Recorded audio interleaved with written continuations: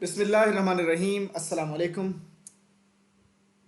SDEO पीरा preparation constitution of Pakistan हमने start किया हुआ है। इसका पोर्शन नंबर 5 हम कर रहे हैं, लेक्चर नंबर 5 है इसका। आज जनरल प्रोसीजर करेंगे गवर्नमेंट का, और नेक्स्ट पोर्शन भी आपको मिलते रहेंगे इंशाल्लाह। तो पोर्शन नंबर 5 है आर्टिकल नंबर 67। पहले मैं इसकी रीडिंग करूंगा, फिर आपको सादा अल्फाज में समझा दिया करूंगा बात, ठीक है। टेक्स्ट पढ़ना बहुत ज़रूरी है क्योंकि यहाँ से सवालात आते हैं। अगर आप चाहते हैं कि सिर्फ मैं तकरीर करूँ और कोई वाइट बोर्ड हो या इस तरह का डिजिटल बोर्ड हो और मैं आपको टेक्स्ट ना पढ़ाऊँ, तो फिर बेटा कोई फ़ायदा नहीं होगा, क्योंकि हमने पिछले एग्ज़ाम में तजर्बा करके देखा है, हमारा तजर्बा कामयाब रहा है कि टेक्स्ट पढ़ने से नंबर ज़्यादा आते हैं। 67 आर्टिकल है, subject to the constitution a house में मेक रूल्स। आ हाउस कौन सा, सेनेट, और दूसरा लोअर हाउस कौन सा, असेंबली जो है आपकी, वो अपने रूल बना सकती है for regulating its procedure and conduct of its business and shall have power to act and notwithstanding any vacancy. देखें, कोई सीट खाली हो, मेंबर की ना हो, इससे कोई फ़र्क नहीं पड़ेगा। जो प्रोसीजर है, जो जनरल प्रोसीजर है, वो चलता रहेगा। अभी भी आपने देखा होगा बहुत सारी सीटें खाली थी, जो रिज़र्व सीटें थी, और सेनेट में भी कुछ सीटें खाली रही हैं, KPK के लोगों का इलेक्शन नहीं हुआ था। तो ये जो जनरल प्रोसीजर है ये चलता ही रहता है, और इसके जो रूल्स हैं उनका किसी मेंबर के आने जाने पे कोई फ़र्क नहीं पड़ता अनटिल अनलेस गवर्नमेंट मौजूद रहता है, गवर्नमेंट ना जाए, ठीक है।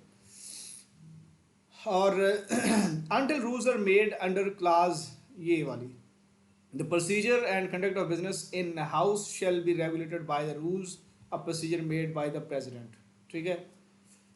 ये जो हाउस है ये प्रेसिडेंट के बनाए हुए रूल्स के अकॉर्डिंग चलेगा, ठीक है। तो जाहिर है जिस हाउस ने भी बनाने हैं तो उन रूल्स को जो है वो अप्रूव प्रेसिडेंट ने ही करना है। Next, restriction on discussion in Majlis Shura. किस चीज़ को डिस्कस नहीं किया जा सकता। देखें, कुछ चीज़ें ऐसी हैं, आप देखेंगे कि जो पार्लियामेंट है उसकी सुप्रीमेसी और जो जुडिशरी है उसकी भी सुप्रीमेसी आप देखेंगे। No discussion shall take place in Majlis Shura, यानी पार्लियामेंट यानी लोअर हाउस या अपर हाउस, दोनों में भी नहीं, with respect to the conduct of any जज ऑफ द सुप्रीम कोर्ट। किसी जज जो हैं सुप्रीम कोर्ट के, उनके कंडक्ट को डिस्कस नहीं किया जा सकता असेंबली में, ठीक है। The validity of any proceeding in Majlis Shura shall not be called in question on ground of any irregularity. ये जो रूल्स एंड प्रोसीजर वगैरह हैं, या ये कोर्ट्स की जो बात है, या बाकी सारी चीज़ें, इनको कहीं पे क्वेश्चन नहीं किया जा सकता कि ऐसा क्यों नहीं हुआ, ठीक है, क्योंकि ये आइन में लिख दिया गया, लिहाजा ऐसा ही है। नो ऑफिसर और मेंबर ऑफ मजलिस शूरा, ये प्रोटेक्शन मिल रही है ना, जजेस को प्रोटेक्शन मिल गई है कि उनका कंडक्ट जो है वो डिस्कस नहीं हो सकता, अब अगले लोगों को भी देनी है। नो ऑफिसर और मेंबर ऑफ मजलिस शूरा यानी parliament, upper house lower house, दोनों के लिए, इन होम पावर्स आर वेस्टेड, जिसको पावर दी गई थी under the constitution of regulating procedure, ये जो रूल्स एंड प्रोसीजर्स के मुताबिक काम करने के लिए जिसको अपॉइंट किया गया था for maintaining order, Majlis Shura shall be subject to the jurisdiction of any court in respect of the exercise by him of those powers. तो कोई भी अफसर जो अपॉइंट कर दिया गया है, उसने गवर्नमेंट में रह के जो काम किया, उसको किसी अदालत में जो है, अगरचे उसने ज़ाहिर सी बात है रूल्स एंड प्रोसीजर के मुताबिक ही किया होगा, उसको कहीं पे किसी कोर्ट में क्वेश्चन नहीं किया जा सकता। नो ऑफिसर, ठीक है, मेंबर ऑफ पार्लियामेंट, कोई भी किसी को भी नहीं किया जा सकता। एंड दिस आर्टिकल, ये जो आर्टिकल 66 मजलिस शूरा, यानी वहाँ पे जो पार्लियामेंट और मजलिस शूरा के मीनिंग थे वो सेम इधर ही हैं, ठीक, सेम, यानी बोथ हाउसेस की बात हो रही। उसके बाद legislative procedure, very very important, आपने आंखें और कान खोल के रखने। देखें, इंट्रोडक्शन एंड पासिंग बिल। अब 3 रीडिंग्स होती हैं बिल्स की। जब एक बिल प्रेजेंट किया जाता है, उसके बाद उसके ऊपर वोटिंग होती है, वोटिंग के बाद वो प्रेसिडेंट के पास जाता है और प्रेसिडेंट उसको पास करते हैं, अप्रूव करते हैं, फिर वो एक्ट कानून बनता है, ठीक है, और फिर कॉन्स्टिट्यूशन का पार्ट भी बनता है। अब 70 कहता है, a bill with respect to any matter in the federal legislative list may originate in either house। कोई बिल अपर हाउस से, सेनेट से या लोअर हाउस जिसको हम कहते हैं असेंबली है हमारी एन, कहीं से भी शुरू हो सकता है एक्सेप्ट किसके अलावा, मनी बिल के अलावा। पैसों की जो बातचीत है ना वो सिर्फ कौमी असेंबली में शुरू होगी। मनी बिल सिर्फ ओरिजिनेट होगा कहां से, कौमी असेंबली से। इसके अलावा कोई बिल कहीं से भी स्टार्ट हो सकता है। इफ अ बिल ट्रांसमिटेड अगर आया है एक हाउस में, यानी सेनेट में आया है या पार्लियामेंट में आया, अपनी नेशनल असेंबली में आया, इज पास्ड विद अमेंडमेंट्स, अच्छा सर सॉरी ये ऊपर वाली बात देख लें, एक बिल आया है और एक हाउस ने उसको पास किया है और पास करने के बाद उसको ट्रांसमिट कर दिया दूसरे हाउस में, यानी सेनेट से नेशनल असेंबली या नेशनल असेंबली से पास होकर सेनेट में चला जाए, और अगर तो वो दूसरे हाउस से भी विदाउट अमेंडमेंट पास हो जाता है तो फिर तो जाहिर है प्रेसिडेंट को भेज दिया जाएगा कि इसको अप्रूव कर दें।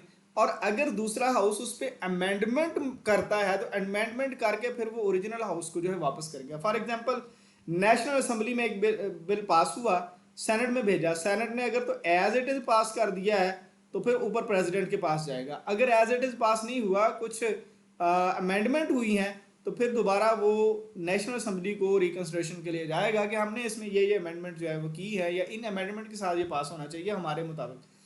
अब नेशनल असेंबली अगर उनको मान लेती है तो फिर तो वो प्रेसिडेंट के पास चला गया। अगर नेशनल असेंबली उनको नहीं मानती या फिर जो नेशनल असेंबली ने कहा था उस सारे के सारे को सेनेट जो है वो एतराज़ लगा देती तो फिर जॉइंट सेशन होता है।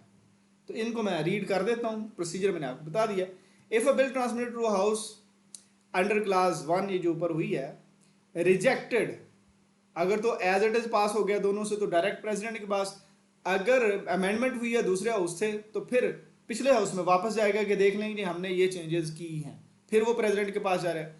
अगर एक हाउस से पास हुआ दूसरे से ओवरऑल रिजेक्ट ही हो गया है, अमेंडमेंट के साथ उसने पास नहीं किया उसको, तो फिर जनाब ये जॉइंट सेशन, जॉइंट सिटिंग कौन बुलाता है, स्पीकर साहब बुलाते हैं, ठीक है। और क्लास नंबर 4 है, in this article and succeeding provisions of constitution federal legislative means the federal legislative list in 4th schedule, वो वहाँ पे दी हुई होगी उस लिस्ट के मुताबिक।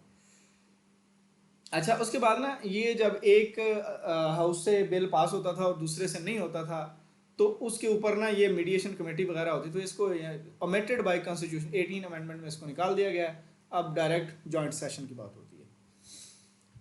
अच्छा, प्रोसीजर एट जॉइंट सेशन। अब जॉइंट सेशन अब आ गया तो इसको देख लेते हैं। The president after consulting with वो स्पीकर साहब और चेयरमैन सेनेट दोनों के साथ मुशावरत करेंगे कि इस तरह ये एक बिल एक से पास हुआ, दूसरे में उसके ऊपर एतराज़ लगा या रिजेक्ट हुआ, रूल जिन रूल्स के मुताबिक हो, ठीक है, वो सिटिंग आ जाएगी, दोनों उसको बुला लिया जाएगा।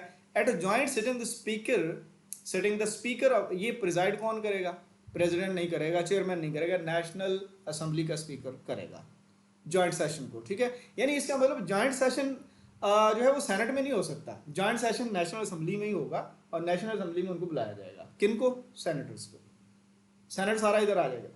नेक्स्ट है 3, the rules made under clause 1, वो जो रूल्स बनाए गए, shall be laid before a joint session and may be added to vary, अगर उन रूल्स में कोई ऊंच नीच करनी है तो subject to the constitution all decisions,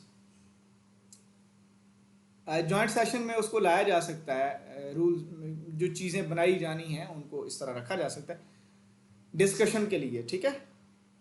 उनको अमेंड भी किया जा सकता है, वेरी भी किया जा सकता है, उनको रिप्लेस भी किया जा सकता है। नंबर 4 है subject to the constitution all decisions at, अच्छा यहाँ पे पता क्या बात है, फिर रूल्स तो पहले बनाए जा चुके हैं ना, रूल्स ऑलरेडी बनाए जा चुके हैं, उन रूल्स में भी कोई ऊंच नीच करनी तो जॉइंट सेशन में बैठे सारे लोग कर सकते हैं कि इस तरीके इस चीज़ को इस तरह नहीं तो उस तरह कर लेते हैं, रूल्स एंड प्रोसीजर में चेंजेस की ये अथॉरिटी जॉइंट सेशन।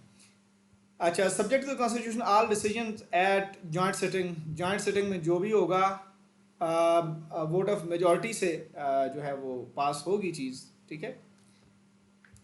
73 है सब्जेक्ट टू कॉन्स्टिट्यूशन का मतलब है कि कॉन्स्टिट्यूशन में जो चीज़ अलाउड है, जो चीज़ कॉन्स्टिट्यूशनली इलीगल है या अप्रूव नहीं होने वाली चीज़, तो उसके लिए तो वोटिंग बेशक 100% कर लेना, तो जो चीज़ आइन के मुनाफी है तो वो तो नहीं होगी।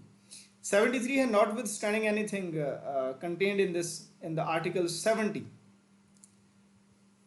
Article 70 money bill shall originate in the national assembly. मैं ऑलरेडी आपको बता चुका हूँ कि ऑर्डिनरी बिल्स जो हैं ना वो दोनों हाउसेस से हो जाते हैं, ठीक है।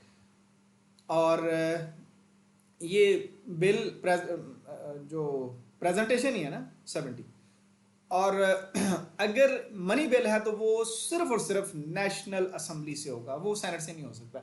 मनी बिल के अलावा सेनेट से भी बिल ओरिजिनेट हो सकता है, नेशनल असेंबली से भी हो सकता है। जहाँ से ओरिजिनेट होगा वहाँ से पास होकर दूसरी जो है हाउस में जाएगा, वहाँ से पास होगा तो प्रेसिडेंट के पास चला जाएगा। ये प्रोसीजर अभी हम सारा पढ़ेंगे। Provided that simultaneously when a money bill including the finance bill containing the annual budget statement is presented in the national assembly copy. अच्छा, अगर ज़ाहिर सी बात है जो चीज़ सिर्फ नेशनल असेंबली से स्टार्ट हो सकती है तो वो जनाब उसकी एक कॉपी जो है ना 14 डेज ऑफ उसकी जो प्रेजेंटेशन है जब स्टार्ट होता है या फिर वो जो पेश किया जाता है मनी बिल, उसके 14 दिन के अंदर उसकी कॉपी जो है वो भेजी जाएगी किसको, सेनेट को। तो ये डेफिनेट चीज़ें, तो वो उसके ऊपर कोई जो है वो अपनी सजेशन दे सकते हैं। ओवरऑल मनी बिल की अथॉरिटी जो है वो नेशनल असेंबली ही होती है। The national assembly shall consider, वो करेगी तो सही consider the recommendations of the senate and after the bill has been passed. जब बिल पास हो जाएगा ये सेनेट की कंसिडरेशन लेके, और विद आर विदाउट, मैंने बताया ना कि ओवरऑल जो देखें जो सजेशन आई है देखना तो उसको पड़ेगा, देखी है कंसिडर किए, लेकिन उसको उन्होंने माना है या नहीं माना ये बात की बात है। नेशनल असेंबली अगर नहीं भी मानती तो फिर भी कोई मसला नहीं। और एतराज़ात नेशनल असेंबली को जब आए उन्होंने उन एतराज़ात को दूर करके या उनके साथ ही रगड़ दिया, बिल आगे चला गया और प्रेसिडेंट साहब उसको पास करेंगे। Assent mean approval. For the purposes of this chapter, a bill or amendment shall be deemed to be a money bill if it contains। वो मनी बिल कौन सा होगा जिसमें ये चीज़ें होंगी, टैक्सेस वगैरह की बात होगी, मनी बोरो करने की बात होगी, कंसोलिडेटेड फंड किसके पास होगा इसकी बात होगी, और उसके बाद कोई जो है वो फेडरल गवर्नमेंट के ऊपर कोई चार्ज लगा है या उसको हटाया जा रहा है उसकी बात होगी।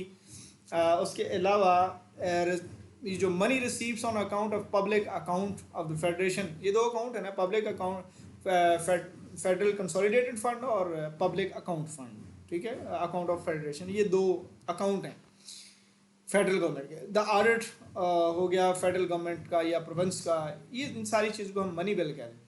और a bill has not shall not be deem to be a money bill, अगर ये चीज़ें होंगी तो मनी बिल नहीं उसको समझा जाएगा।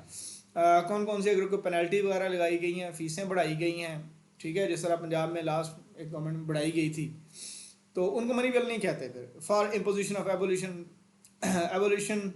रिमिशन अल्ट्रेशन, कोई टैक्स वगैरह लोकल अथॉरिटी का हो, ठीक है, उसको भी मनी बिल नहीं कहते, बट लोकल अथॉरिटी या बॉडी वगैरह। अच्छा, इफ़ एनी क्वेश्चन अराइज, अगर नहीं समझ आ रही कि ये बिल कौन सा है तो नेशनल असेंबली के जो स्पीकर हैं उनका फैसला फाइनल होगा कि ये मनी बिल है या नहीं है। अगर तो है तो फिर वो नेशनल असेंबली से ही स्टार्ट होगा, और अगर किसी ने कोई बिल ऐसा है जो उठा के सेनेट से स्टार्ट कर लिया है और बाद में फाइंडिंग आई है कि वो तो मनी बिल था, तो वो जनाबे वाला उधर से स्टार्ट नहीं होगा, फिर वो यहाँ से स्टार्ट होगा अगर होगा तो। Every money bill presented to the president for assent, वो जब यहाँ से पास हो के सेनेट से भी पास हो के ऊपर चला जाएगा। सेनेट से पास मीन सेनेट से कंसिडरेशन लेनी है ना, सेनेट ने उसको माना या नहीं माना वो बात की बात, पास तो उसने होना ही है। That it is a money bill, इसके साथ ना सर्टिफिकेट लगेगा कि ये मनी बिल था जो नेशनल असेंबली से स्टार्ट हो गया, ठीक हो गया। अच्छा, ये कौन लगाएगा certificate? Under the hand of speaker, national assembly के स्पीकर जिन्होंने बताना है कि ये वाकई मनी बिल है या नहीं है, तो सर्टिफिकेट भी इन्होंने अपनी तरफ से ही लगाना है, ठीक है, अंडर द हैंड ऑफ, इनकी तरफ से जारी होगा। Federal government's consent required for the financial measure, तो फेडरल गवर्नमेंट जो होती है उसकी कंसेंट ज़रूरी है। अ मनी बिल और अ बिल और amendment which is enacted and brought into operation would involve expenditure, या खर्चे वगैरह की बात, या फिर फंड विदड्रॉ करने की बात, पब्लिक अकाउंट की बात वगैरह वगैरह, इन सारी चीज़ों को कैरी किया जा सकता है with the consent of federal government. आस्ता आस्ता हम आगे जाएंगे तो पढ़ेंगे फेडरल गवर्नमेंट क्या है, ठीक है, कबीना वगैरह, मिनिस्टर्स वगैरह,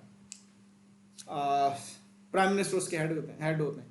75 है, when a bill is presented to the president. President, अब ये देखें, एक हाउस से बिल पास हुआ, दूसरे हाउस से भी पास हो गया, ठीक है, अब ये आ गया प्रेसिडेंट साहब के पास ऊपर, ठीक है, ये नीचे से पास होने के बाद ऊपर चला गया।